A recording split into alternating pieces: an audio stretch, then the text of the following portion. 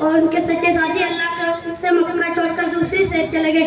उस शहर का नाम है मदीना। मदीना के लोगों ने आप सल्लल्लाहु अलैहि वसल्लम को अल्लाह रसूल माना और आपको और आपके साथियों को जगह दी, जान और माल से साथ दिया।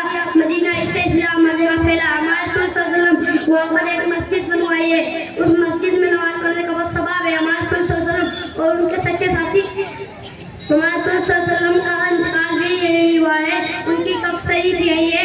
मदीना में खजूर के बाग बहुत है और बहुत किस्म की खजूरें हैं। मदीना बड़ी बरकत वाली बस्ती है। दिखा दे आए लाए वो मदीना कैसी बस्ती है, दिखा दे आए लाए वो मदीना कैसी बस्ती है, जहाँ पर रात दिन मौला तेरी रहमत बरसती है। अस्सलाम वालेकुम रहमतुल्लाहि व बरकातुहू। वालेकुम सलाम व रहमतुल्लाहि व बरकातुहू। मदीना से खजूर लानी चाहिए और